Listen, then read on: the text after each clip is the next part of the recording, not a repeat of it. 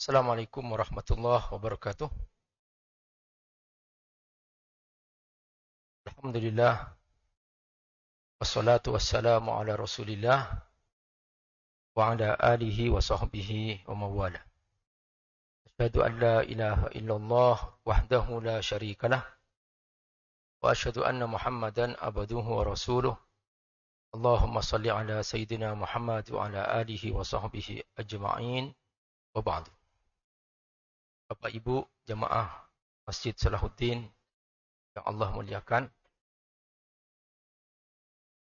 Terus terang judul ini baru pertama kali saya nyampaikan. Ini materi sudah advance. Biasanya saya hanya ngajar tafsir, juz 30, juz 19, juz 1, juz 2. Ini judul luar biasa ini. Tadi yang nganterin saya dari kampus, namanya Ustadz Isnan Ansori. Dia nemani saya bilang saya mau ke kantor pajak. Kata beliau, saya juga sudah ngisi di sana Pak Ustadz. Materinya apa? Fikih sholat 4 madhab. Wah, levelnya sudah level advance semua ini. Nggak tanggung-tanggung. Makanya kemudian begitu saya sini, saya cari inspirasi tadi, datang jam 11 ke sini, duduk sendirian, sambil merenung, saya buat oret-oretan, karena ini materi sudah biasanya materi kalau Ramadan tuh tentang keimanan, ketakwaan, baca Quran, salat malam, zikir, husnul khotimah, itu aja materi-materi itu. Tapi ini lain lagi, ini sudah level di atasnya lagi. Ya, kalau di perkuliahan ini semester 7. Sudah. Faktor-faktor kebangkitan dunia Islam. Wah, Masya Allah. Mudah-mudahan teman-teman semangat nih. Halo, semangat nggak nih? Oh, semangat, jangan ngantuk. Karena temanya tema agak berat sedikit nih. Jadi dunia Islam itu ya, yang kita kenal biasanya Timur Tengah. Tapi dalam pelajaran yang kita pelajari, dunia Islam itu adalah wilayah di mana banyak orang Islamnya. Termasuk Indonesia. Jadi Indonesia ini termasuk dunia Islam sebetulnya. Jadi kalau kita mendengar istilah, misalnya ada Barat dan Timur, jadi sebetulnya itu istilah yang dibagi bahwa Timur yaitu orang Islam, Barat yaitu orang Barat, seperti itu. Dan masing-masing punya peradaban. Makanya dibicarakan peradaban Barat. Sebelum kita ngomong peradaban Barat. Nah itu maksudnya kebalikannya apa? Peradaban Timur. Peradaban Timur itu maksudnya apa? Ya Islam. Nah sejak dulu memang sudah ada semacam ya as-sira'. Kalau as-sira' itu kayak pertarungan pemikiran antara dua kubu ini. Gitu. Sampai-sampai orang Barat sendiri, mereka mengirim para pemikir mereka agar mereka mengintip dunia Timur, ada apa di situ. Makanya yang dikirim ke Indonesia, ada seorang namanya Senok Hogarunya. Dia orientalis, tapi dia menampakkan diri seperti seorang Muslim. Sampai dia boleh masuk Mekah, dan kemudian bahkan hasil penelitian dia tentang peta kota Mekah, itu adalah dia yang paling perfect, yang menentukan mana tanah suci, Al-Haramain, termasuk itu. Dia hidup di Indonesia bertahun-tahun untuk mempelajari apa sih dunia Islam itu. Sekalipun memang di backing dengan penjajahan dari Eropa, ya kalau di Indonesia ini Belanda gitu. Tapi untungnya Indonesia tetap umat Islam gitu, tidak sampai hilang keislamannya.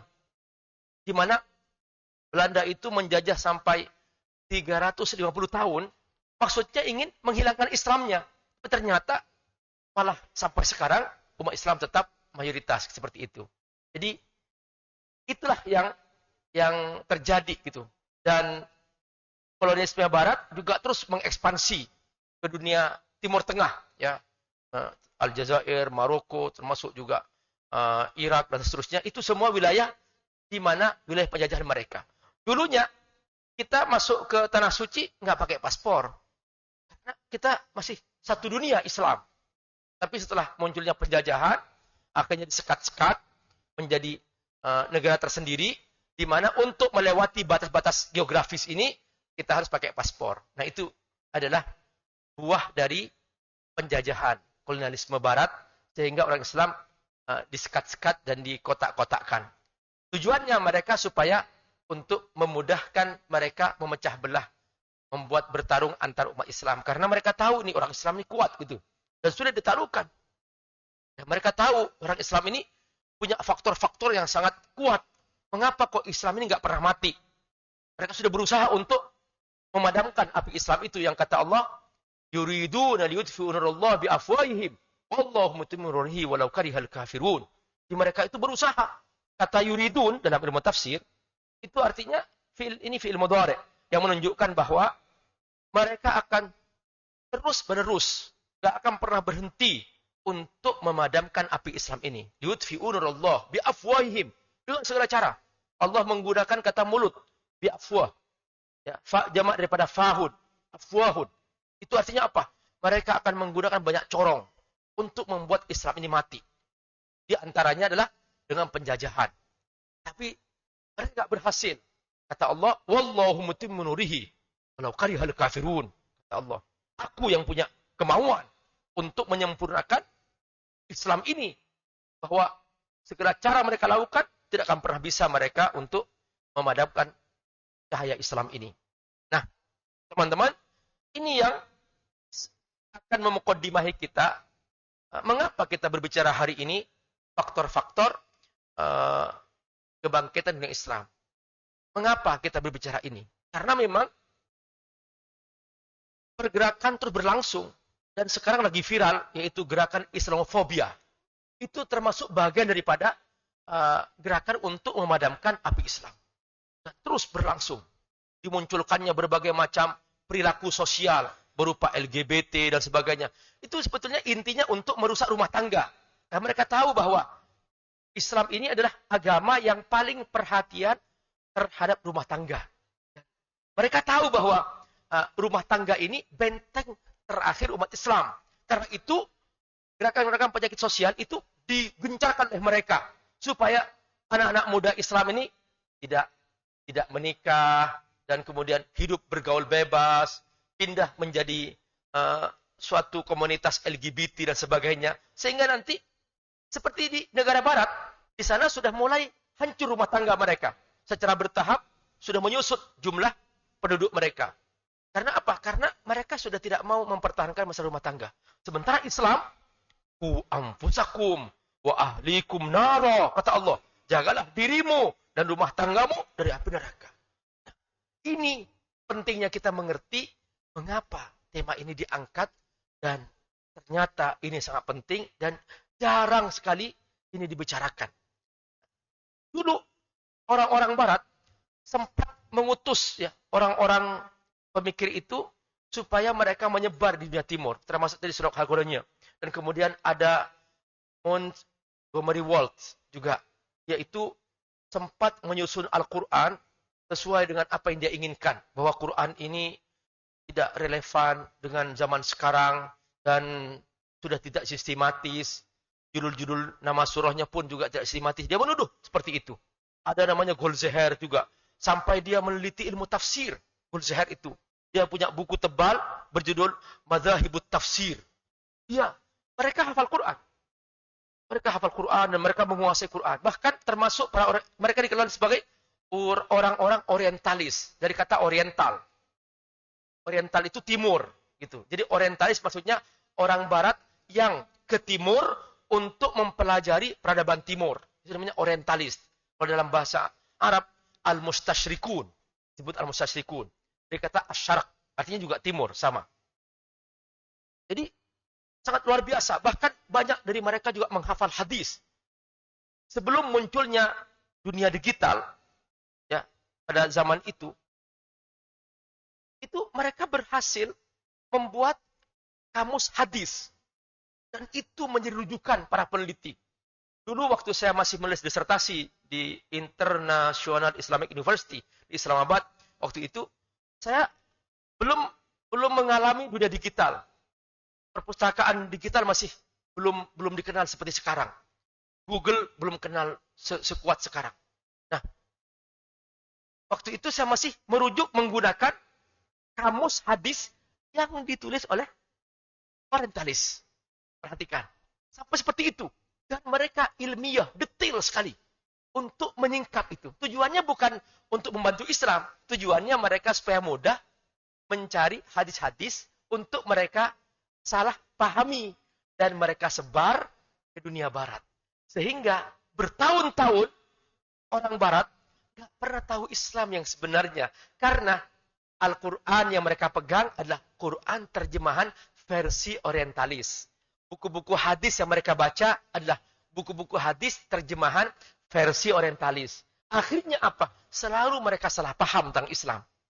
Nah, itu juga termasuk gerakan di mana mereka itu adalah yuriduna liyutfi'u nurallahi biafwahihim wallahu mutimmu nurihi walau karihal kafirun. Mereka berusaha untuk memadamkan api Islam ini, tapi karena Allah punya mau untuk menjaga agama ini, maka mereka tidak akan pernah bisa berhasil memadamkan agama ini. Justru sekarang kebalikannya, malah banyak dari orang-orang barat itu yang setelah dibuka dunia digital, internet, sosial media, dan sebagainya, malah mereka sekarang banyak yang berbondong-bondong masuk Islam, dan mereka tahu kebenaran Islam, akhirnya mereka tak terbendung. Sudah, kebenaran Islam sudah menyusup ke rumah-rumah mereka, ke HP-HP mereka, dan satu persatu yang tahu kebenaran Islam, mereka masuk Islam. Sampai suatu hari, ada salah seorang chef, yaitu ketemu dengan seorang Muslim di Jerman. Ya, dia duduk di stasiun, dia Jermanis ya, seorang Jerman gitu. Ditanya, dia ngomong bahasa Arab, karena dia tahu ini orang Arab gitu ya. Kemudian dia ngomong bahasa Arab orang Jerman ini. Fasih sekali bahasa Arabnya. Saya tanya, kamu kok bisa bahasa Arab? Ya, saya orang Islam, kata dia. Saya orang Islam, saya Muslim. Oh, di mana belajar bahasa Arab? Dia bilang, "Ana ta'allamtul Arabiyyah min YouTube." Aku belajar bahasa Arab dari YouTube. Aku ikutin terus gitu. Jadi kamu belajar sendiri? Iya. Setelah aku jadi orang Islam, aku belajar bahasa Arab. Kok bisa begitu? Kata dia, karena kitab suci yang harus aku pelajari pakai bahasa Arab. Aku nggak mau pakai bahasa terjemahan. Maka dia belajar bahasa Arab sendiri. Terus, sekarang kamu sudah bisa baca Quran? Sudah. Bahkan aku sudah hafal 30 juz. Menghafal sendiri. Sudah hafal 30 juz. Menghafal sendiri. Terus kemudian, kamu kok fasih banget bahasa Arabnya? Iya, karena saya selain hafal Quran, saya sudah membaca buku-buku tafsir. Dan saya kuasai tafsir-tafsir itu. Sendirian. Perhatikan. Jadi dunia sudah nggak terbendung. Sudah nggak mungkin. Gerakan orientalisme itu, yang mereka gencarkan selama ini, itu nggak akan pernah berhasil membendung agama Islam itu. Tapi mereka bisa menghidupkan yang lain-lain itu. Yaitu seperti Islamofobia dan sebagainya. Supaya orang Islam ini terus tidak bisa hidup di mana-mana, sehingga dibenci di mana-mana. Sampai suatu hari, itu pernah nih, karena Islamofobia, pernah di sebuah subway di London, ada salah seorang wanita muslim yang memakai jilbab, dia menggendong ransel, langsung seketika semua penumpang keluar dari subway, supaya terkesan bahwa seorang wanita berjilbab ini adalah teroris, dan dia sedang menggendong ransel. Padahal dia tidak ada isi apa-apa. Hanya untuk itu. Untuk mengesankan bahwa setiap yang berjilbab ini adalah identik dengan satu terorisme dan sebagainya. Dan gerakan ini terus berlangsung sampai sekarang dan tidak pernah berhenti. Tetapi bagaimanapun, ya, teman-teman, nggak mungkin. Islam nggak mungkin padam. Allah menjaganya.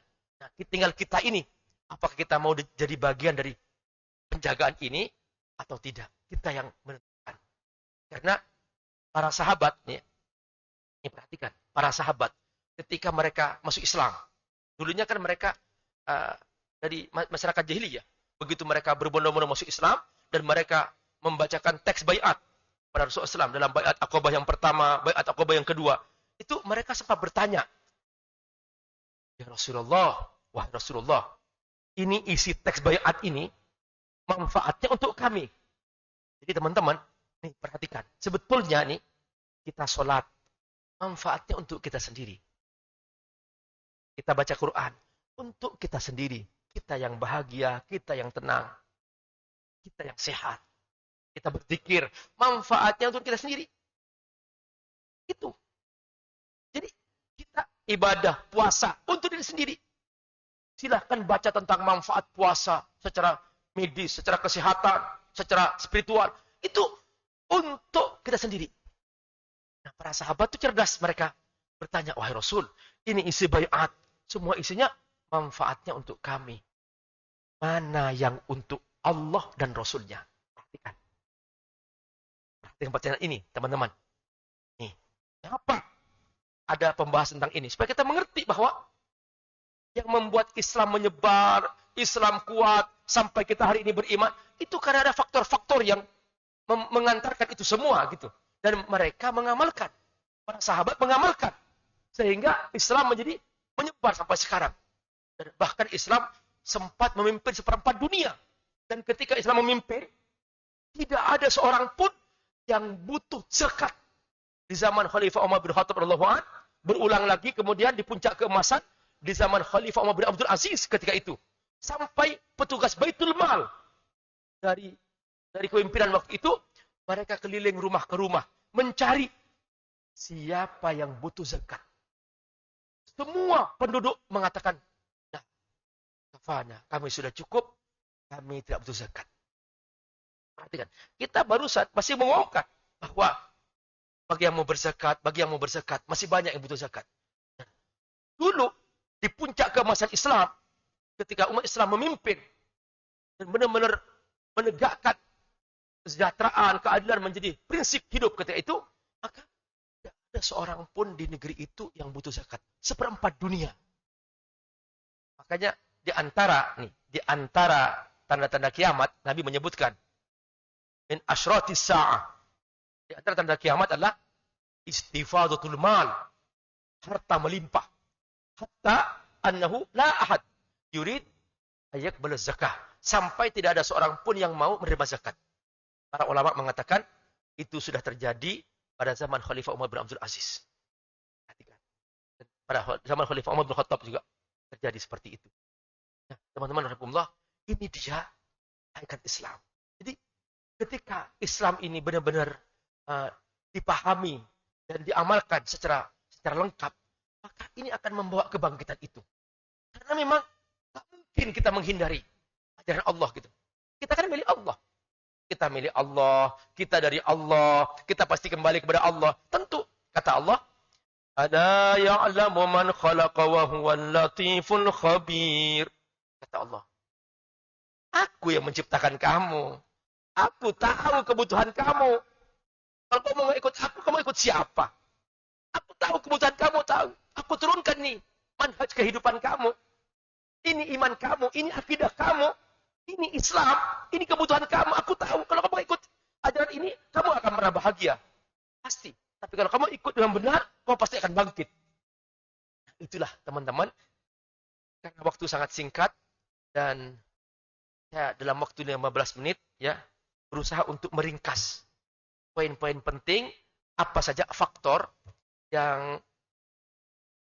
membantu agama ini selalu terus berada dan terus akan menyebar. Dan jangan kaget kalau sekarang perkembangan Islam di Amerika, perkembangan Islam di Eropa, di Australia, di New Zealand, semakin mereka menyebar dengan pesat. Jangan heran. Ternyata karena faktor-faktor ini. Jadi, yang pertama adalah faktor akidah. Tauhid. Akidah ini fitrah manusia. Menyembah satu Tuhan itu fitrah manusia. Dan karena ini diakui oleh manusia, maka semua manusia butuh fitrah ini. Dulu, kemusyrikan berusaha untuk menyebarkan penyembahan banyak Tuhan. Sampai di sekitar Ka'bah ditancapkan 360 patung. Bayangkan coba. Dan masing-masing Tuhan itu punya banyak fungsinya. Punya tugasnya masing-masing. Nah, tapi begitu Islam hadir, maka Islam mengajarkan tauhid. Menyembah Tuhan. Ternyata ini fitrah manusia. Ternyata sekarang ini hampir semua perusahaan dan semua negara di muka bumi mengambil paham ini. Coba lihat. Di setiap negara pasti ada satu pimpinan, pucuk pimpinan, itu satu presiden. Nggak mungkin dalam satu negara ada dua presiden, nggak mungkin. Mereka tahu bahwa itu akan menyebabkan perpecahan. Perhatikan. Kemudian di setiap perusahaan pasti ada satu direktur utama. Nggak mungkin dua direktur utama, nggak ada. Mungkin di bawah direktur utama ada direktur-direktur. Di bawah direktur ada general manager. General manager ada manager-manager. It's okay. Tapi puncaknya tetap satu. Di setiap mobil, pasti satu supir. Kalaupun ada dua supir, supir satunya hanya backup aja, nggak pegang setir. Karena kalau pegang dua-duanya, pasti akan hancur tuh mobil. Artinya apa? Secara sistem, fitrah manusia perlu tauhid gitu. Makanya, secara bertahap nanti ini manusia akan terus satu persatu akan menerima akidah ini. Ini faktor utama yang membuat mengapa Islam tetap menyebar. Karena Islam beragama tauhid. Nah, ini akidah yang kita yakini. Makanya, ini kita tidak berbicara tentang masalah akidah dalam konteks ya, dalam konteks keilmuan ya, gitu, teman-teman. Karena saya seringkali menemukan pembahasan di beberapa kajian itu lebih kepada materi akidah. Bedakan antara materi akidah dengan akidah. Kalau akidah itu yang menancap di hati dan menggerakkan, itu namanya akidah. Tapi kalau materi akidah tentang pembahasan, misalnya, apakah Allah di langit atau di mana-mana, apakah bagaimana sifat Allah apa, itu namanya materi tentang akidah. Kan akidah itu sendiri. Jadi, tolong, jangan sampai teman-teman sibuk dengan hal-hal yang sifatnya bertengkar, masalah yang sifatnya perbedaan pendapat tentang masalah materi tentang akidah. Beda. Akidah itu apa yang tertanam jiwa bahwa Allah satu, la ilaha illallah, aku siap ikut Allah, aku siap patuh pada Allah. Sami'na wa ta'na, itu namanya akidah. Makanya ketika salah seorang syekh ya, mungkin teman-teman banyak baca buku tentang Dr. Sulaiman Al-Ashqar. Beliau itu salah seorang ulama besar yang masih termasuk mu'asirun ya, masih ulama kontemporer yang berhasil menulis buku tentang akidah, tentang buku tentang mengenal Allah, mengenal malaikat, mengenal Al-Quran, mengenal alamul jin, dan seterusnya. Itu beliau, Masya Allah, luar biasa. Salah seorang muridnya bertanya, ya Syekh, wahai Syekh, saya sudah baca semua buku yang kau tulis. Tapi kenapa kok aku nggak merasakan ada akidah dalam hati saya? Kata Syekhnya, sama dengan saya. Saya yang nulis, saya nggak merasakan dengan buku-buku yang saya tulis akidah.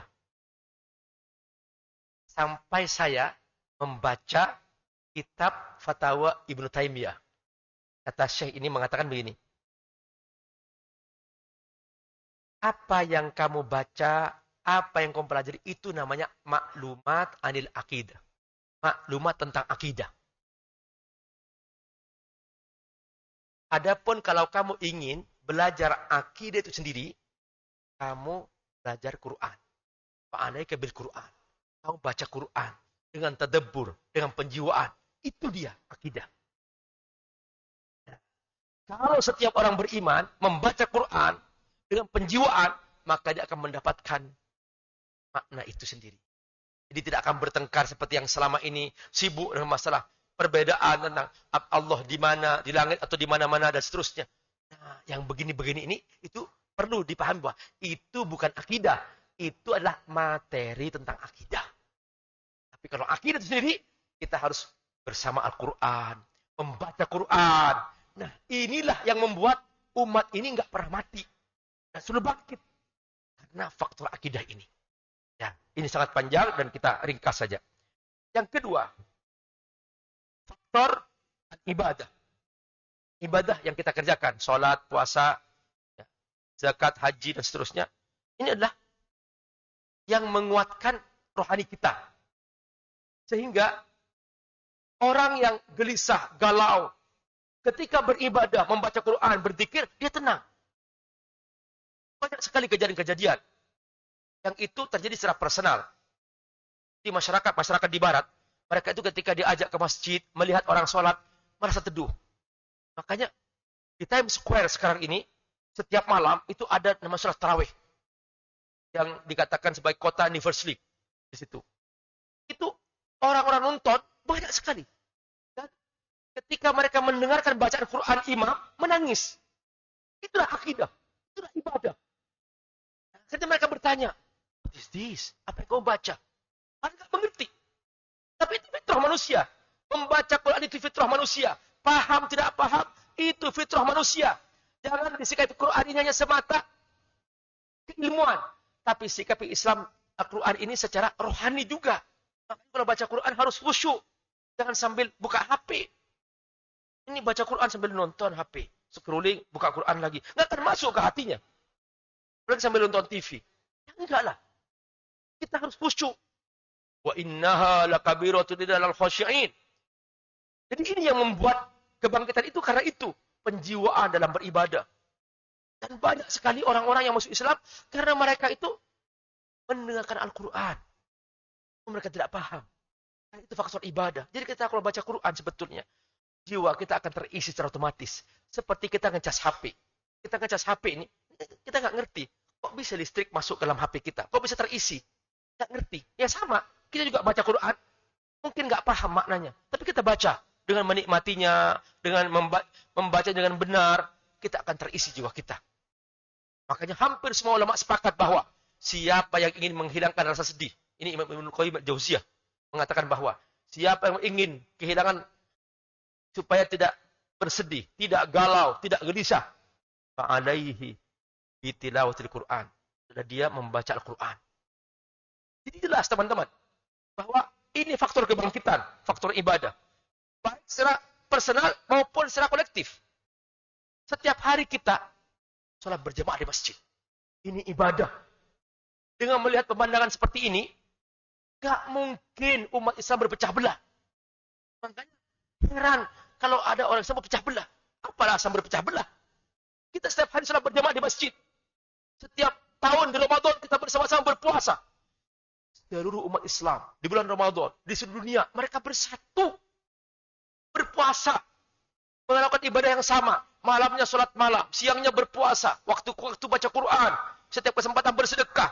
Lalu kemudian puncaknya beritikaf. Tadi ada pengumuman itikaf. Masya Allah. Puncaknya beritikaf. Memburu malam Lailatul Qadar. Ini semua adalah merupakan faktor kebangkitan yang menentukan persatuan umat Islam. Islam ini harus bersatu.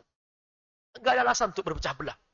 Setiap tahun ada upacara pelaksanaan ibadah haji. Manasik haji. Di tanah suci berkumpul di satu tempat.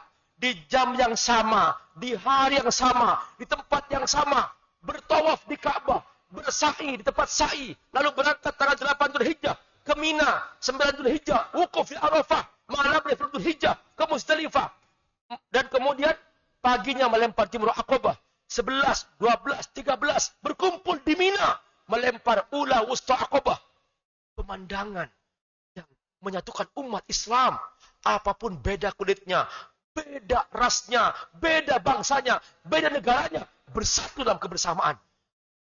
Menyuarakan labbaik Allahumma labbaik. Ya Allah, aku datang memenuhi panggilan-Mu ya Allah. Dan mereka semua mengatakan bahwa lakal hamdu, la syarikalah.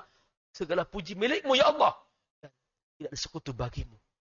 Semua akan tauhid. Ini faktor kebangkitan yang tidak mungkin Islam akan dihilangkan. Karena ini satu kesatuan. Tidak ada di muka bumi kepercayaan, keyakinan, agama yang bisa mengumpulkan setiap hari jutaan manusia dengan uangnya pribadi, tua, muda, berkumpul di tanah suci sepanjang tahun. Tidak pernah kosong itu Mekah. Mana keyakinan yang bisa melakukan itu? Akan bisa. Saat Allah mengatakan, ini loh ajaranku, ini bumi milikku, langit milikku, kata Allah.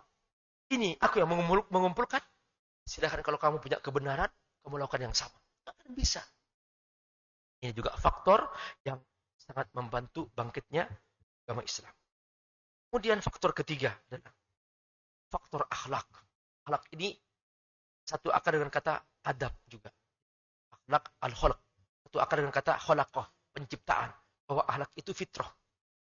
Kita kita jujur, itu fitrah. Kalau ditanya misalnya, siapa yang mau dibohongin? Semua menjawab, tidak ada. Berarti kita wajib jujur. Adil. Itu fitrah, itu akhlak. Tanya, siapa yang mau didolimi? Pasti berkata, tidak ada. Berarti bahwa dolim itu melanggar fitrah manusia. Misalnya, bohong. Itu pasti sepakat itu akhlak buruk. Karena tidak ada yang mau dibohongin. Berarti semua kita harus berkata jujur dan seterusnya. Itu namanya akhlak. Nah, kemudian ada namanya adab. Dalam Islam itu ada namanya adab. Yang dari sini muncul istilah peradaban. Islam ini adalah agama yang mencakup hidup manusia. Bahwa Islam yang kita tampilkan di masjid ini juga kita bawa ke kantor. Bahwa aku seorang muslim, di kantor aku tidak akan menipu, aku tidak akan korupsi, karena aku tahu aku akan dihisab oleh Allah, dan aku akan bertanggung jawab di hari kiamat di depan Allah Subhanahu wa ta'ala. Inna ilaina iyabahum, thumma inna alaina hisabahum. Maka aku akan jujur. Ini dia peradaban Islam. Dia tampil di kantor juga. Kalau dia seorang staf profesional, dia akan bekerja secara profesional, capai target, dan jujur. Karena dia tahu, ketika aku tidak jujur, aku akan mendapatkan penghasilan yang haram. Dan seterusnya. Maka ini adalah merupakan peradaban Islam. Dan banyak sekali kita menemukan indahnya Islam itu dari peradabannya. Ketika Nabi memimpin kota Madinah, Nabi memberi makan seorang Yahudi yang buta. Setiap hari. Ini beda agama, Nabi memberikan makan setiap hari. Ketika Nabi wafat, diganti Abu Bakar Siddiq. Nah, pas Abu Bakar yang menggantikan, kok orang mulutnya berucap Muhammad Majnun, Muhammad Majnun, Muhammad gila. Ketika Abu Bakar ngasih makanan, Yahudi buta ini berkata, kayaknya bukan yang kemarin deh. Abu Bakar sama yang kemarin. Beda. Yang kemarin bagus banget. Kenapa? Yang kemarin itu rotinya disobekin, dicocolin ke tehnya, aku disuapin. Kamu mana? Kok nggak nyuapin saya? Abu Bakar mengasih tahu, yang kemarin itu sudah wafat. Siapa namanya yang kemarin itu? Muhammad. Loh, Muhammad yang aku bilang majnun. Iya, yang aku bilang majnun itu dia. Dia menangis, Yahudi ini. Perhatikan. Jadi itu akhlak, itu peradaban Islam. Indah sekali Islam itu. Ketika Abu Bakar melanjutkan tugas Nabi, ya, maka luar biasa. Setiap hari Abu Bakar masuk ke setiap rumah. Di situ ada rumah yang Abu Bakar masuk dari pagi, kemudian dia melakukan sesuatu di situ. Umar ngintip, ada apa di rumah itu? Ternyata di rumah itu ada seorang nenek tua, renta, nggak ada yang membantu, dan dia buta. Dan Abu Bakar menyapu rumahnya, dan kemudian Abu Bakar mengasih makan kepadanya. Perhatikan, ketika Umar menggantikannya, nenek ini nggak tahu bahwa itu penggantinya gitu. Umar masih ajak kurma seperti biasa. Kata nenek ini, kamu siapa? Yang kemarin. Terus kata nenek ini, kemarin beda. Kurmanya dibukain, bijinya dibuang, baru disuapin kepada saya. Kamu nggak begitu. Sampai seperti itu. Akhlak para sahabat ketika mereka memimpin sebuah kepemimpinan ketika itu. Jadi ini peradaban. Dan ini yang membuat Islam terus menjadi indah. Contoh lagi misalnya. Ini kalau kita mendengar sekarang ini masalah Palestina. Palestina ini kan setiap hari dibom. Targetnya ingin menguasai, menjajah. Dan rumah-rumah dihancurkan. Nggak mikir lagi. Sekarang ini ada teriakan-teriakan. Setiap perempuan Palestina diperkosa. Dan ini sangat-sangat menyedihkan. Dan itu sudah perbuatan mereka setiap hari. Teman-teman, rahimakumullah. Ini baru diberi kekuasaan seperti itu. Mereka melakukan kezaliman yang sangat luar biasa. Bandingkan dengan Salahuddin Al-Ayyubi. Yang masjid ini bernama Salahuddin. Tahu nggak kenapa? akhlak Salahuddin. Disebarkan di Palestina oleh kaum salib ketika itu, disebarkan di tengah-tengah mereka bahwa ini Salahuddin, manusia kanibal, pemangsa manusia, kejam, bengis, ditempelkan di setiap tempat. Begitu Salahuddin Al-Ayyubi berhasil membuka Palestina, apa yang pertama kali dia lakukan? Dia kumpulkan semua pasukan yang menjadi tawanan perang. Kumpulkan di sebuah tempat, di lapangan yang luas. Dibuat tawanan perang. Setelah itu Salahuddin memanggil, silahkan kaum ibu keluar dan pilih mana yang suaminya masih hidup. Ambil bawa pulang. Perhatikan. Ini peradaban Islam. Jadi bukan disiksa, dibantai, balas dendam. Bukan. Malah dia disuruh, dia panggil kaum ibunya untuk menjemput suaminya masih hidup. Sebagian membawa suaminya karena masih hidup, sebagian pulang nggak bawa suaminya karena sudah mati terbunuh dalam peperangan ketika itu. Nah, ketika Palestina jatuh ke tangan penjajah ketika itu, tahu nggak? Satu persatu orang Islam disembelih di depan Masjidil Aqsa. Para perawi sejarah mereka yang berkata, mereka mengatakan bahwa hatta wasalat daf ila rukab, sampai darah mencapai lutut mereka. Saking banyaknya darah umat Islam yang disembelih. Mirip seperti banyaknya orang Islam yang dibunuh sekarang itu. Jadi ini peradaban yang akhir-akhir ini kebangkitan manusia di muka bumi, di barat dan di timur semua berdemo mendukung kemerdekaan Palestina. Mereka tahu bahwa Islam itu sebetulnya orang yang baik. Selama ini ditutup-tutupi oleh media. Berusaha digencarkan Islamofobia. Tapi nggak terbendung dengan peristiwa Palestina sekarang ini. Ternyata orang Islam tak baik.